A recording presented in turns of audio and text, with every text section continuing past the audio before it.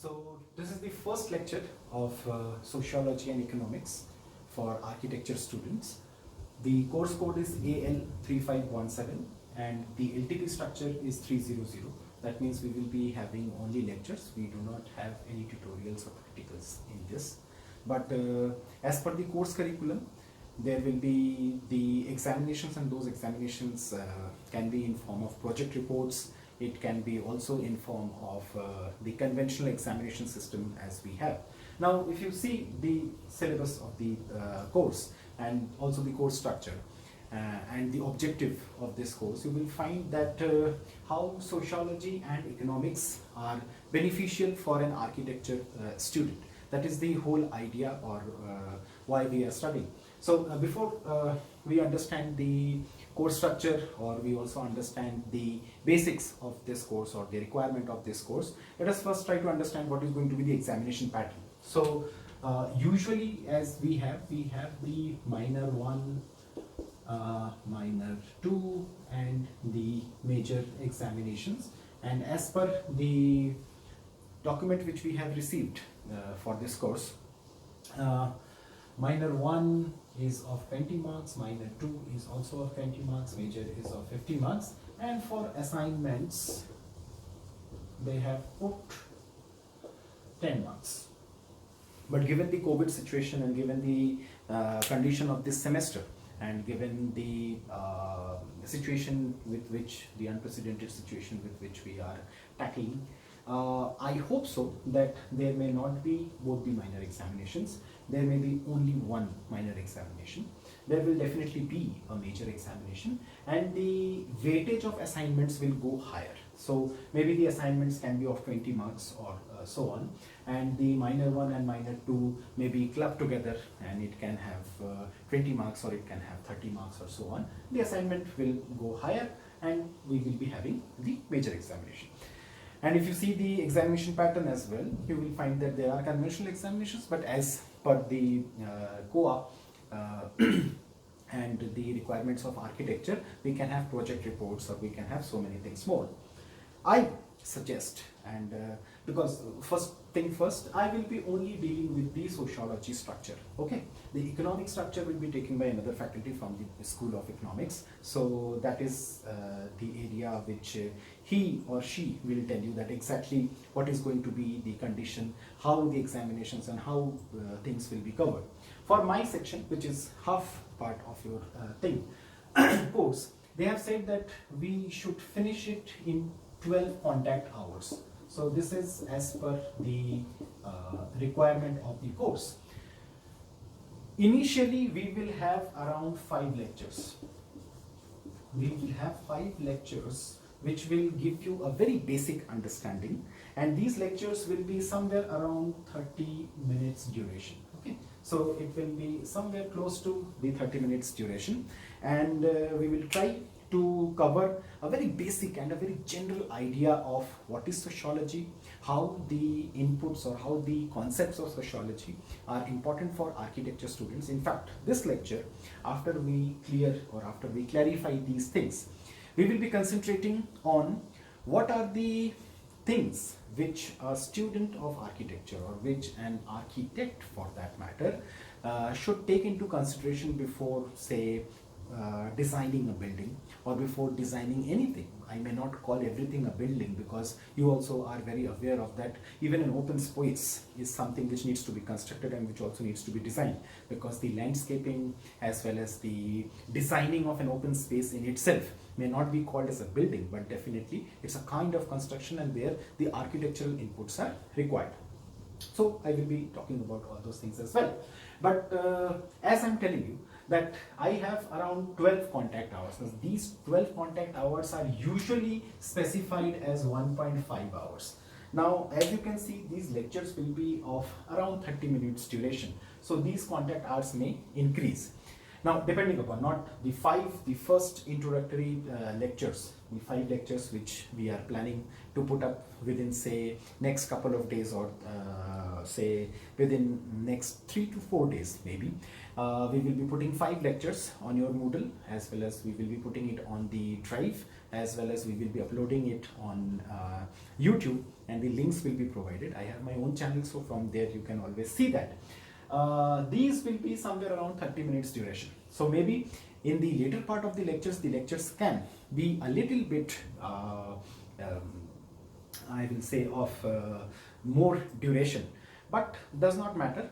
And apart from that, we will be having the normal classes as per the timetable, which will be communicated to all of us. Even I right now do not know exactly what the timetable is, but we will be having normal classes. And it is my request, to first go through the lectures, because I will be dealing so many things in the lectures. The video lectures will be already uploaded, and apart from that we will be having the normal classes, which will be more like a discussion session, which will be more like where we can take feedbacks, we can also discuss certain complex things which may have not been covered in the normal, I will say, video lectures which you are going through. So this is going to be the pattern.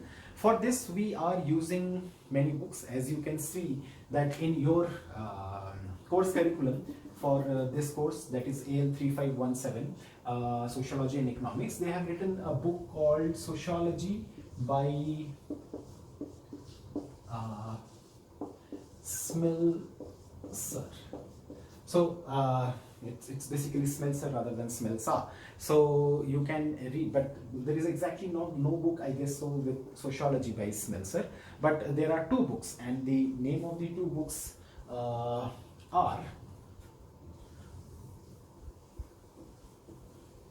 I will write it down for you so that you can take a note of it. The Handbook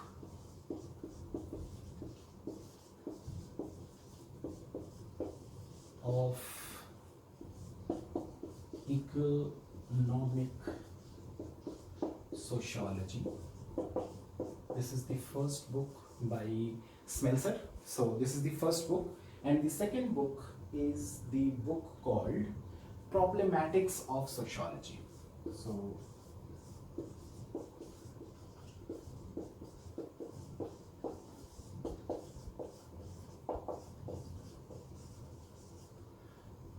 this is the first, this is the second book. Both of them are by Smelser. So you can easily get these books on internet platforms. Also, if you want, I can share these books with you. I have the copy of it. So you can go through. And these books basically talk about the economic sociology as well as the requirements of architects as well as other disciplined people in sociology, or the importance of sociological theories for say technocrats as such. So we will be covering those in and we will have very selective chapters, because not everything is required in our curriculum, but few of the parts, these are very handy books. In fact, they are very voluminous by nature, but we will not be covering the whole of the books as such, but these will be acting as our reference books.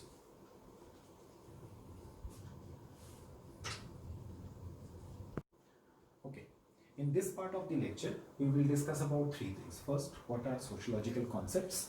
Second, what is the influence of sociology for say town administration, for town building, for town construction, as well as the role of sociology for the architectural benefit. And third, and most importantly, why sociology is important for architecture. Now this is something which is going to be the first question in my mind. Like, if I'm pursuing architecture, why I need to study sociology? This is, I can understand that I need to understand computational designing, maybe, because that is the requirement of the day, that we cannot now only depend on the drawings on the sheet with pen, paper, pencils and calligraphy. Rather than, we now need to be acquainted with computational designing, because you not only need to draw the diagram, but also with the help of graphics or with the help of some kind of computational or softwares, you also need to show how the building is going to come up, or how it is growing, or how, what are the changes which you can make. And with software inputs, it is so damn easy these days. So that designing or that understanding, anybody can understand that, okay, This is the requirement. This is something which every architectural student should go through, so that he or she understands that how these designs need to be made. But sociology, economics, I will refrain from discussing about economics, because neither it's my area, and nor I am well versed with economics that I can give you. However, there will be some overlapping between economics and sociology, so I need to discuss them. That is going to be my part in this course. So I leave these two questions for the time being and come to this question: why sociology is important for architecture? Now, this is the first question. Like when I was a student of mathematics and I was taught something like Hindi or English or any kind of language, or I was taught some other subjects, I will not like to name them even, I was wondering always that what is the need for these things. Maybe I could not go, I got some answers, but I have not very satisfactorily got many answers. So, but this is the duty of a teacher, to tell that why it is important for somebody to pursue another subject or another important thing. Now, allow me to share an experience with you people, and I hope that you will not only understand, but maybe you will also appreciate that concept. Like you remember in our school days we used to have staff rooms, right? So what used to happen, that if we have any doubt, or if we have to meet a teacher after the class for some reason or the other, for getting the copies, for going for a doubt clearing session, or even for a class for copy submission and so on. So we used to go, and there used to be a staff room. I do not know in your generation what used to happen, but in my generation, say 25-30 years back, when I was in my school, so we used to have staff rooms, and we used to go and meet one teacher for some assignment or some issue or the other. Now that staff room culture, where there was a big room and there were so many teachers here and there.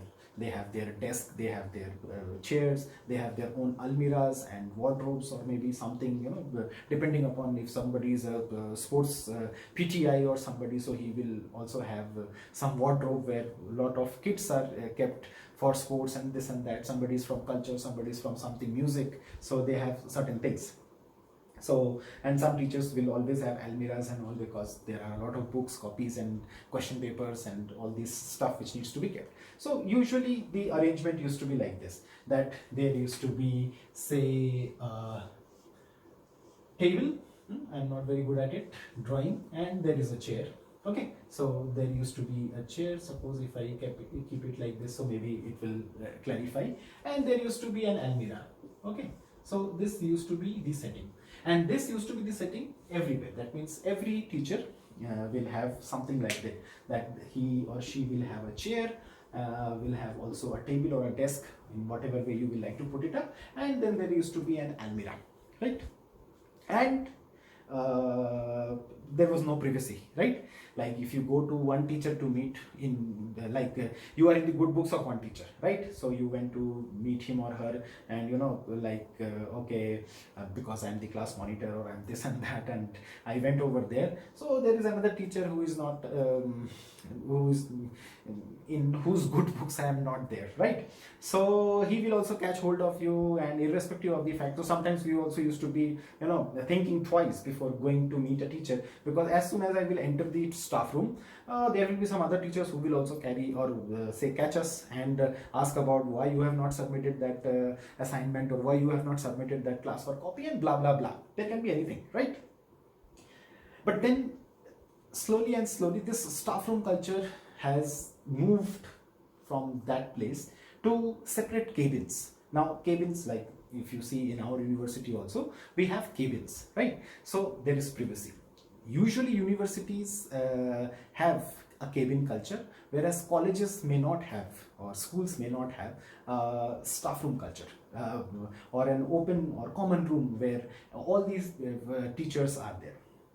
So cabins came, and cabins were there, so you can go directly to a teacher without offending another teacher or something like that, and so on. So we have a privacy. So if you see similarly in the offices, say 20 years back, 25 years back, there used to be cabins, right? So we used to have cabins, we used to have our own computers or own our chair, table, and lots of files working on them and so on, and people will take permission to come inside, take the file, go to some other room, and blah blah blah. So we had absolute privacy. Now, once we shifted from this to say a more, I will say, multinational culture, multinational companies came. So they have not kept the cabins, they divide it. You call it cubicles these days. So what used to happen that even if you have a separate space and it is demarcated, but still it is open. You are working on your chair, but you can just stand up and talk to somebody who is here, talk to somebody who is there, right? So this happening is there. Now, if you try to analyze these concepts, like we had a common room, or I will call it a staff room. This is the basic way in which we used to talk. The staff can be for anything, right? So it's not only pertaining to education or academics, it can be any company, right? And then we shifted to cabin, and then we shifted to cubicle. So this is usually the basic growth or development which you can see these days. So now we usually do not have staff rooms, and mostly this cabin culture is also going. The cubicle concept has come. Now you will see multinational companies, you will see software companies where people are working together. They do not have separate cabins. Rather than they have cubicles. One reason of coming to cubicle concept is that it also reduces the space, right? So for cabins you need more space, but for cubicle you need less space, and there can be good almirahs or good closets which with say some kind of password or something to close, so there is no need for, or say people cannot or people should not worry about that, okay, my material will be lost or somebody will steal or something, because those things used to happen at some point of the time. Therefore the cabin came as well. Now from staff rooms to cabins to cubicles. Now if we go through this concept, so you see that here there was no privacy, here there was absolute privacy, here you have limited privacy, right? Like whatever you are browsing on your laptop, or whatever you are doing in your cubicle cannot be seen by another person who is just sitting next to you, unless he or she stands up and look, something like that. This also happens many a times. So that change has come. So you are having limited privacy over here, you have absolute privacy over here, and here I am pretty sure that you are having no privacy. So people felt that there was a need for privacy, so they made it like this. But then they can see that, okay, maybe even if we have limited privacy, that can be managed. So they reach to cubicle concepts, and now cubicles are important. Why I'm giving you this example? Because it is for you to understand that what should be the nature of people working together should be like. And please do not mind if I'm saying this, right? You people are from architecture, you have a block completely on the other side of the academic area. Have you seen this, right? You may have also felt that. And right now the academic building is coming very close to your vicinity. So all the faculty members will be shifting to the new building. So maybe there will be more contact. Or else you must have felt in our university that there is something called architecture wale. They are different. Engineering, different. Humanities or sciences, they are also different, right? People do not interact much, and so on. And there is a need for all of us, because we all belong to the same family, the family of SNVDU. So we also need to interact with each other, right? So it's another important thing. Now, if you see here, there was absolute no privacy, but there was a lot of socialization. We will come to, this is a sociological concept called socialization, right? Samajikaram, this is the Hindi word of it, and you know how much we need socialization among each other, because we cannot sustain ourselves in isolation.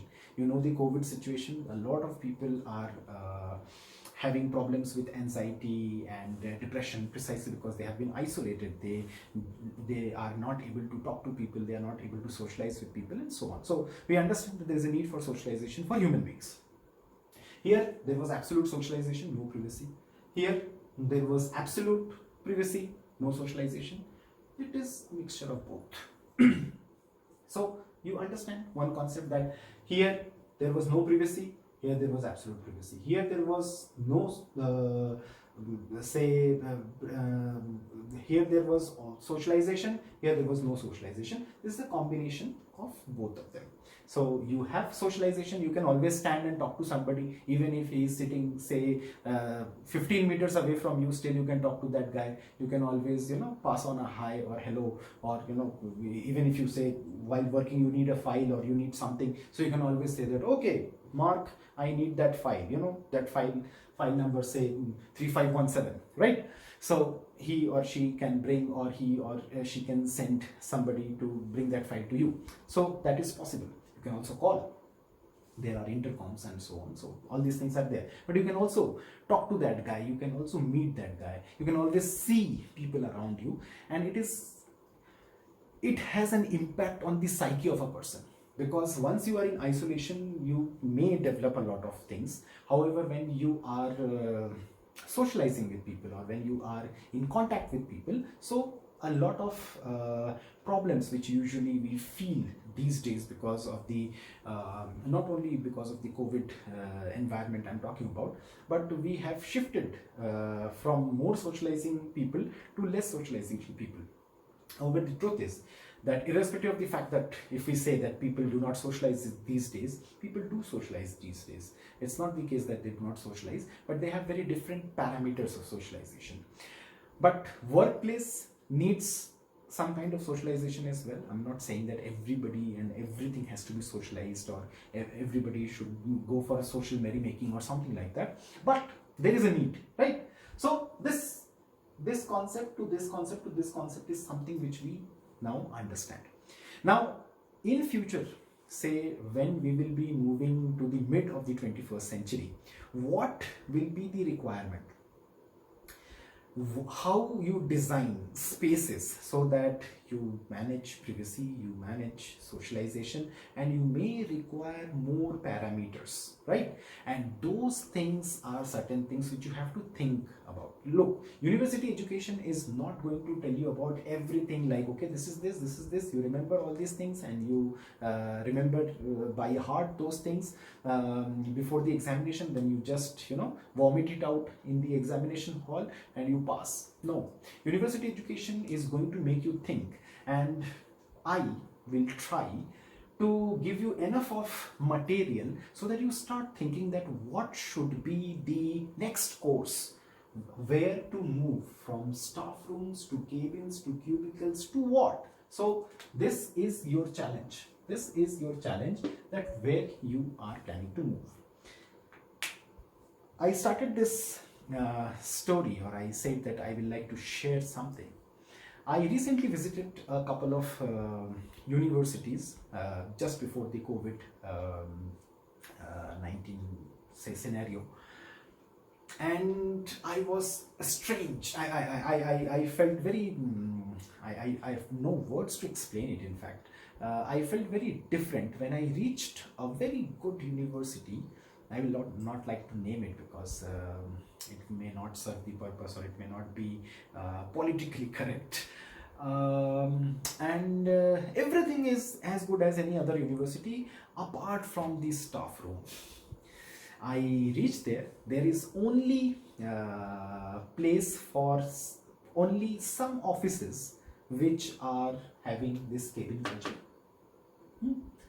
And rest all is not even cubicle. Like in our university, you see that our cabins, I will call it a cabin, but it is since not completely closed. If you have ever come to my cabin, or if you have come to or reached many departments, in some departments you will find a full cabin, right? That means that it is closed even from the top. Others are open from the top. Even if you have enough of privacy, it's not exactly a cubicle, it's in between the cubicle and somewhere it's like a kaku, right? So I will name it Kaku, because it is opened from the top part and rest is quite closed, so you have enough of privacy.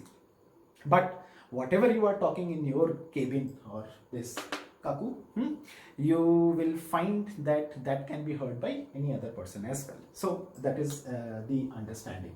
So mostly you will find cabin or cubicle or something like this in most of the universities and colleges. But I was amazed to see, and that is a very prestigious university, to see a staff room. And for the first moment, as soon as I entered, all the memories came from the back. Like when I was in school, I used to see like that. And the first thing which I felt like that these people have not developed their staff rooms, because as I told you that beforehand, say 20-30 years back, even in colleges and universities you will find staff rooms, because faculty members were not having laptops and or not having computers and so on. So they used to have staff rooms. Everything was on paper and this and that, and they used to have an almirah. Everything used to be kept over there.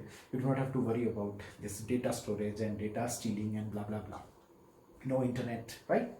So it was the case. So as soon as I entered, the first experience which I felt like, oh, they have not yet changed, because that educational institution is also an old educational institution, and I felt like nothing has changed over there. And I somehow felt like, oh, even if they made the building very nice, everything is good, they are also NAC A plus accredited educational institution, and they have a staff room. Then once because this was the first feeling which I put my first step inside. Then I moved inside. I went to the faculty with whom I had some work, and I was discussing. And then I could figure it out that that staff room is actually not a staff room. It is a converted staff room. Now, why I'm saying it is a converted staff room? Because there were cabins, they have removed it. There were cubicles, they have removed it. They made it an open space, more freedom to move, more socialized environment. And you know, your please do not mind if I'm saying this. A lot of faculty members do not know a lot of faculty members. Maybe you may be aware of only faculty members from your department, but you are not aware of the faculty members from other departments, right? People study for 4 to 5 years in our university, go out, and they do not know some faculty members of some other departments, right? But if there is a staff room, and since all the students have to go and meet, at least the faces will be known. And not only the faces will be known, they will also know that, okay, this person belongs to physics, this person belongs to, say, biotechnology, or that person belongs to languages and literature. It will invariably happen. And it's not only that, okay, if I enter an educational institution, I need to know everybody, right? The concept is not that. More importantly, we need to socialize, because you never know from where there will be certain strike or certain, strike which comes, some spark which comes, and through which you actually find your way. Look, in a creative environment like architecture, or even for engineering students, it is very much required that you should keep your options open. It's not only about opening, say, your own venture, or say coming out with an app, or say a startup. It's about creating something new, something novel, something different.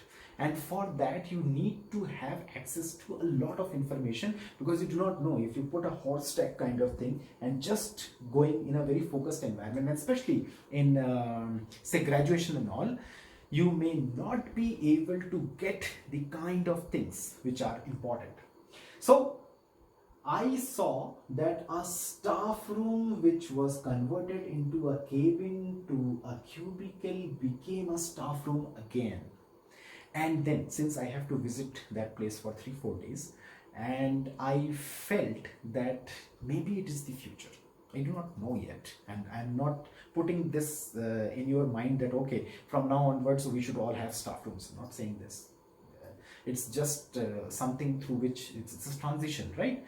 If it works, it will be like we have to shift to staff room culture. If it does not work, you will come out with something better, and I'm pretty sure that you people will come out with something better.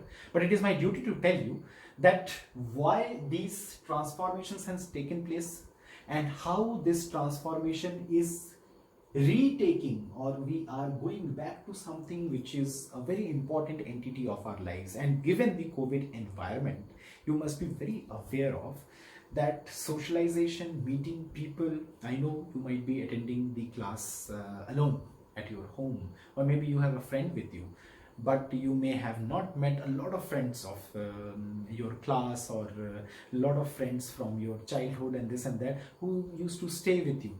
You used to meet them quite often, or since you were in college, you used to meet a lot of people apart from your department friends. So those things are happening, right? So you understand that how socialization or this social contact between people is required. So given that understanding, I was just telling you this small story to make you understand, or just may not be, I'm not planning to even make you understand anything. I'm just planning to sensitize you so that you understand that we need to socialize, we need to understand the concepts, right? And because for whom we are designing these buildings, or for whom we are designing these spaces, for whom we are designing anything, for human beings, right? We are not designing for any other thing. Maybe we are designing also certain other things for our pets, for the animal conservation and this and that. I'm not say objecting to that. But most of them, most of our ventures are for human beings, and human beings have certain requirements. Human beings cannot live in isolation. Human beings do not appreciate a lot of things, and human beings do go on to appreciate a lot of things. What are those things which we need to understand? So this small story was just trying to tell you that why sociology is going to be very important. You can have a lot of material on internet where they will tell you. In fact, there is a very interesting thing which I will also like to share with you, that architects do acknowledge the impact of sociology, the impact of architecture in their buildings. On the other hand, people from sociology or economics do not, or seldom, appreciate the works of architects. Our course in the sociology part is divided basically into three parts. First, we will talk about the rural-urban divide. This will talk about cities, growth of cities, influence of cities on migration, as well as the sociological impact of those things. We will also talk about socio-cultural entities, which are very important for our understanding of designing a building. And it's not only about designing a building or a space, it's also about human understanding, because these socio-cultural entities play a very important role in our growth, in our development, in our understanding, and so on. And the last part is concerning research, that how sociological research takes place, how we make questionnaires, how we go for any kind of project work, and so on. So these things are also going to be important for us, because if we have to, say, design something, so first we need to understand the requirement of that place, right? And in order to understand the requirement of that place or the requirement of that area, so you will see that we need to do some research. We need to do some research in order to understand that what is the requirement, what are the things which we should keep in mind before we design, and so on. So how these are conducted, so we will have a part of it in our study. So these three things are basically the core of the area on which we will be deliberating in this course.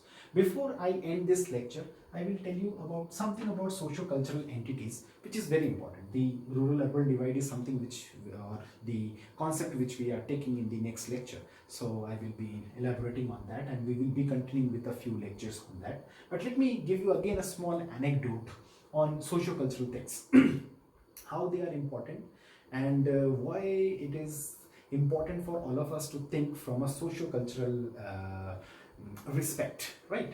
Like you might be knowing that different cultures and different people have very different set of rules, set of values and principles which they follow, right? So a person from one place may not appreciate the culture of another place, and vice versa. And sometimes there is also cultural affinity, right? So what happens is that a person from one place will appreciate the culture of some other place more than some other from, say, his or her own culture. This also happens. Sometimes we hate others, so we have a phobia, and sometimes we like them, so we have a philia, right? So philia is more like the appreciation, the like, the love for another thing, and phobia is more like that we are apprehensive about something. So why I'm giving you this example, because many of us are very much aware of this, that I don't know how many of you can use chopsticks, but many of you might be using chopsticks. You know how to eat with chopstick, and those people who can eat with chopstick, I think so that it's a very technically very challenging task for me. I cannot eat with chopsticks. So if I go to a good restaurant and there something is offered with chopsticks, it is very difficult for me. And okay, I know how to eat with fork and knife, but for some people even eating with fork and knife is very difficult. They use their hands for eating, right? Now, given the culture in which we belong, and this is my past experience, because I have talked to a lot of students in my courses in logic or in human values and so on, and I asked that how many of you can use chopsticks. So very few people can raise their hands. Fork and knife, many people can, but some people cannot. And with hands, I guess everybody can eat, in India at least. So we find that if you can eat with hands, so you are here. If you can eat with fork and knife, you are here. And if you can also use chopsticks, you are here, right? So it's amazing, right? So I do not know how many of you are aware of this, but my wife belongs to a different culture altogether, right? So once she came to India, in fact she came to India for the first time, so we offered her food, and it was very traditional Indian food, and it is meant to eat with hands. So like we eat with hands, so we eat with hands. So it was rice and something, you know. So we offered her, and she doesn't know how to eat. So we were teaching her that how to eat. You know, you take dal or sabzi, mix it with rice, and you know, make this so-called gola, and then put it in your mouth. So it was like that. So we tried to teach her, and she tried also to learn, but she failed miserably. Fine.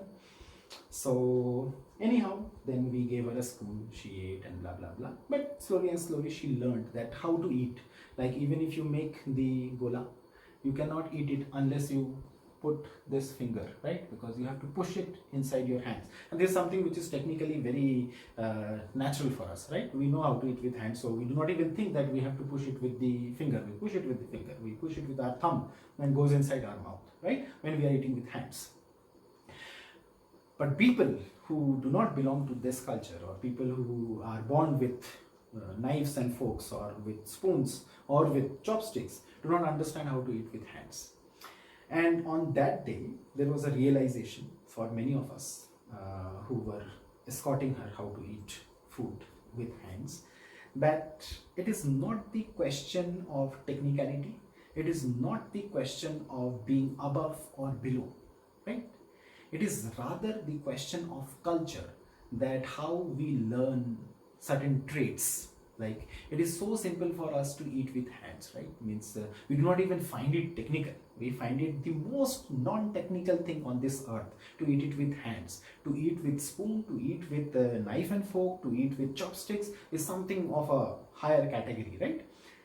On the other hand, people who belong to different cultures, who are born with chopsticks, or who are born with knives and forks and all these things, find it very difficult to eat it with hands, and call our technique a very, very I will say developed technique, because it requires a lot of technicality in order to put the thing inside your mouth. It's not so damn easy. You cannot put anything in your mouth, right? So that realization needs to take place, that whenever we are designing anything, we also need to take care of socio-cultural thing. It also reminds of that old story of that two birds who invited each other to their places and gave food in such a fashion that one bird can eat, the other bird cannot eat, and so on, because they have very different beak, right? So it's not only the question of beak, it is also the question of socio-cultural entities that make, or that is important for all of us to design something in a fashion that is beneficial and that is easily approachable for the people who are going to use it. So that was it for today's class and the first lecture. We will discuss rural, urban and the issues of rural urbanization from the second lecture. Thank you very much for watching.